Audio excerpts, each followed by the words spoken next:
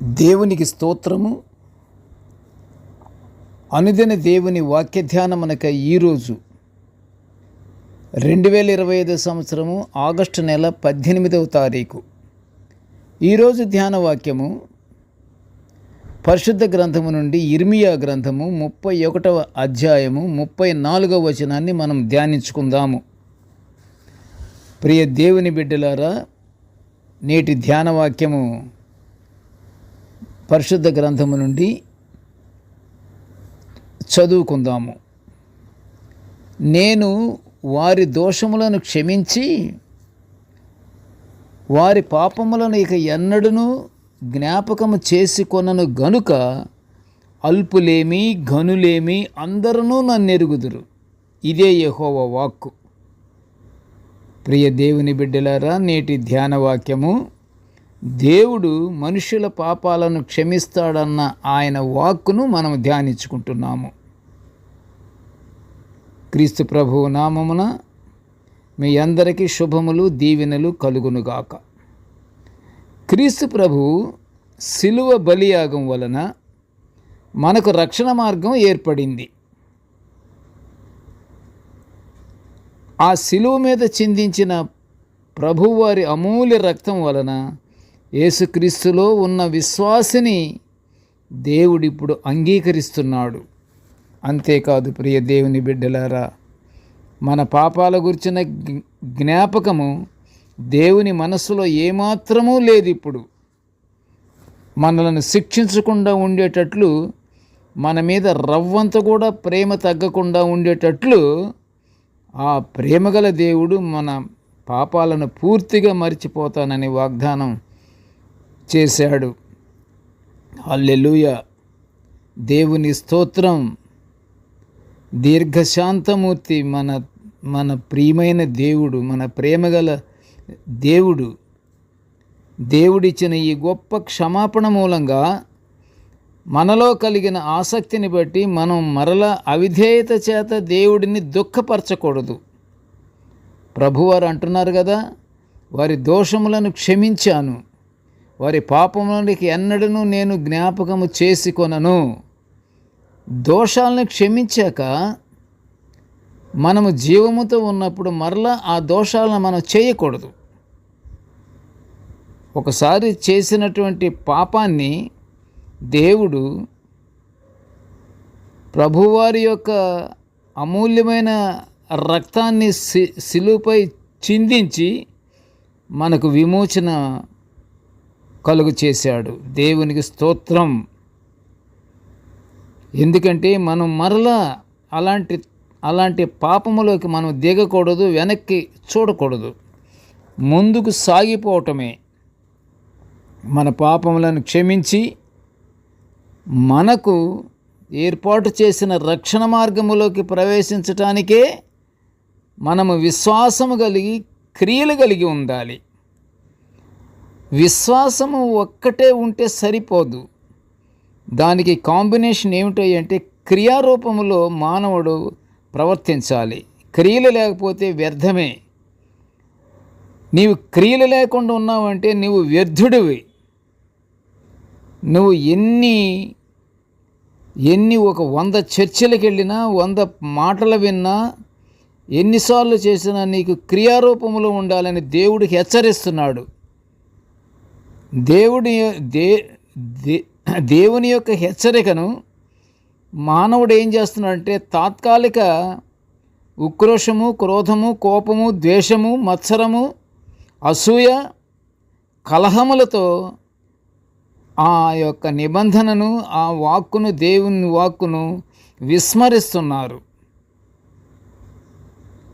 మనకి అది ఎంత బాధాకరమైన విషయం అంటే మనం ప్రభువారిని దుఃఖపరచటమే.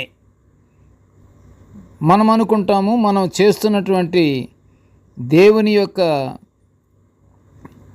పనులలో, దేవుని యొక్క కార్యములలో మనము చాలా ఉన్నతంగా ఎదుగుతున్నాము అని మనం అనుకుంటున్నాము. నువ్వు ఎప్పుడైతే దేవుని విస్మరించావంటే ఎప్పుడైతే నీవు నీ యొక్క కోపము, ద్వేషము, మత్సరము అన్నీ ఉన్నట్టయితే నీవు వ్యర్థుడవు.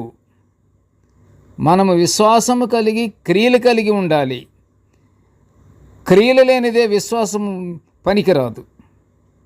విశ్వాసం అనేది చాలా గొప్పది. విశ్వాసం అనేది ఏమిటి? విశ్వాసం అనేది పరలోక రాజ్యానికి వారధి. పరలోక రాజ్యానికి ప్రవేశించడానికి అది గట్టి పునాదితో వేసినటువంటి దారి. నిజమే. మరి అలాంటి దారి కలిగినటువంటి విశ్వాసపూరితమైనటువంటి ప్రణాళికలో మనము ప్రవేశించాలంటే క్రియ చూపెట్టాలి. క్రియలు లేనివాడు వ్యర్థుడు. ప్రవేశించుటకై మనము విశ్వాసము కలిగి క్రియలు కలిగి ఉండాలి. ఈ మాటే యాకోబు పత్రిక 2వ అధ్యాయము 21వ వచనములు వివరించిన విధంగా, మన పితరుడైన అబ్రహాము తన కుమారుడైన ఇస్సాకును బలిపీఠం మీద అర్పించినప్పుడు అతడు క్రియల వలన నీతిమంతుడని తీర్పు పొందినట్లు మనము పరిశుద్ధ గ్రంథంలో మనం చూస్తున్నాము. బలిపీఠం మీద దేవుడిచ్చినటువంటి ఆజ్ఞను ఆయన ఏమాత్రము మీరలేదు, ఏమాత్రము విస్మరించలేదు, ఏమాత్రము వెనుకాడలేదు. ఆయన చేయబోయింది క్రియారూపమే. మరి అప్పుడు అబ్రహాము ఏ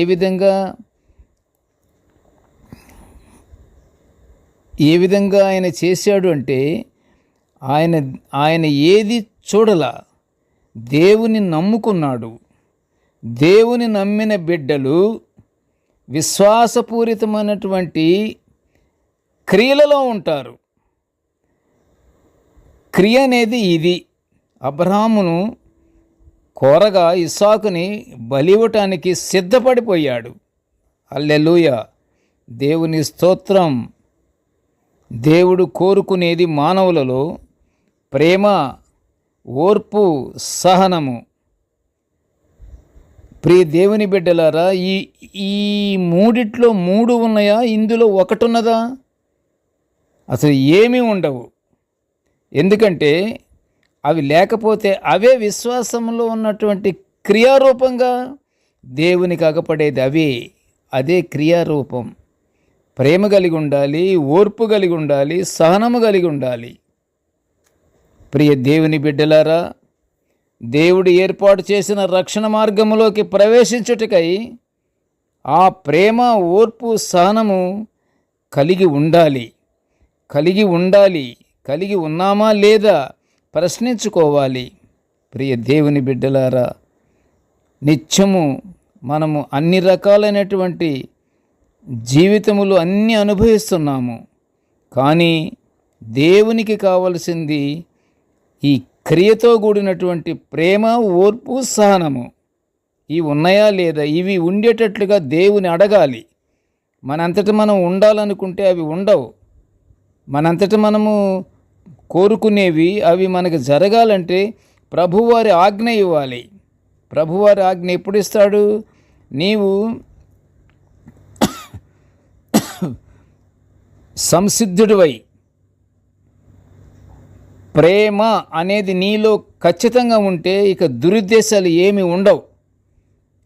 ఆ ప్రేమ అనేది లేకపోతే దేవుడు ఆశీర్వాదాలు మనకి దూరంగా ఉంటాయి. గమనించండి. ఇప్పుడు మనకి ప్రేమ కలిగి ఉన్నామా?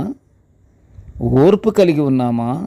సహనము కలిగి ఉన్నామా అనేది చెక్ చేసుకోవాలి, విమర్శించుకోవాలి. మనంతటా మనం విమర్శ చేసుకోవాలి. నేను ఆ టైంలో ఇలా ఉన్నాను, ఈ టైంలో ఇలా ఉన్నాను, ఇలా చేస్తున్నాను, ఈ విధంగా ఉంటున్నాను, నాలో ఉన్నదా తెలిసిపోతుంది. అప్పుడు వెంటనే దాన్ని మనము సరి చేసుకోవాలి. అప్పుడు దేవుని యొక్క ప్రేమ మన మీద కుమ్మరించబడుతుంది. అవి మనలో ఉండేలా కనికరించమని ఏర్పాటు చెయ్యయ్యా తండ్రి అని మనం అడగాలి. దేవునికి ప్రార్థన చేసుకొని ఆ ప్రేమ, ఓర్పు, సహనము కలిగేటట్లుగా మనము నిత్య ప్రార్థనలతో మోకరిల్లి అంత చేస్తే గాని దేవుడు ఆలకించటానికి అవకాశం ఉంటుంది. మనము ఆ విధంగా ప్రవర్తించినప్పుడు దేవుడు తప్పకుండా మనకు అనుగ్రహిస్తాడు. దేవునికి మనము సన్నిహితులం అవుతాము. మనం సన్నిహితులం అయ్యామా లేదని ఆలోచించండి. అప్పుడు మనకి అన్ని రకాలైనటువంటి ఆశీర్వాదాలు మనకి కుమ్మరించబడతాయి. అన్నిటికంటే ముఖ్యమైనది ప్రార్థన. ప్రార్థన అనేది ఒక ఆయుధము. ఆ ప్రార్థన ద్వారా మనకి అపవాది మన దగ్గరికి రాడు. ఎప్పుడైతే ఈ మూడు లేవో, నీవు అపవాదిని ప్రేమిస్తున్నావా, దేవుని ప్రేమిస్తున్నావా ప్రశ్న వేసుకోండి. అవి మనలో ఉండేలా కనికరించమని దేవునికి ప్రార్థన చేస్తూ మనము సకల పరలోకాశీర్వాదాలు పొందుకుందాము. ప్రార్థన చేసుకుందాము. శుద్ధ హృదయముతో ప్రార్థన చేసుకుందాము. హృదయము నిండా గ్యాప్ లేకుండా అన్ని రకాలైనటువంటి దుష్టకరమైనటువంటి క్రియలు ఉంటే మన ప్రార్థన సంపూర్తిగా దేవునికి చేరేటట్లుగా ఉన్నదా, అది కూడా ఆలోచించుకోవాలి. మనము పరలోక ఆశీర్వాదాలు పొందుకుందాము. ప్రార్థన. ప్రేమగల తండ్రి, జీవము గల నాయన, నీకు స్తోత్రాలు స్తోత్రాలు స్తోత్రాలు తండ్రి. కృపగల ప్రభువా, నీ యొక్క దివ్యమైనటువంటి వాక్యాలను మేము నిత్యము ఇలా ధ్యానించుకునే గొప్ప భాగ్యాన్ని మాకు అనుగ్రహించినందుకు నీకు స్తోత్రములు తండ్రి. ప్రభువా, నేటి ధ్యాన వాక్యమును వింటున్న ప్రతి బిడ్డను ఆశీర్వదించయ్యా. దేవా, నీకు కావలసినటువంటి ప్రేమ, మానవుల్లోనూ ఉన్నటువంటి ప్రేమ, ఓర్పు, సహనము అపవాది దాన్ని దూరపరచకుండా నీ పరిశుద్ధాత్మని యొక్క సహాయముతో అవన్నీ మేము కలిగి ఉండి నిన్ను ప్రేమతో దేవా, నీ సహవాసములో తండ్రి నీకు ప్రార్థించుకునే భాగ్యాన్ని మాకు అనుగ్రహించమని నాయన ఈ మనవులన్నీ యేసయ్య పుణ్యనామమును వినేమగా వేడుకొంచుంటున్నాము తండ్రి. ఆమెన్. దేవుడు మనల్నందరినీ బహుగా దీవించుగాక. Amen, amen, amen.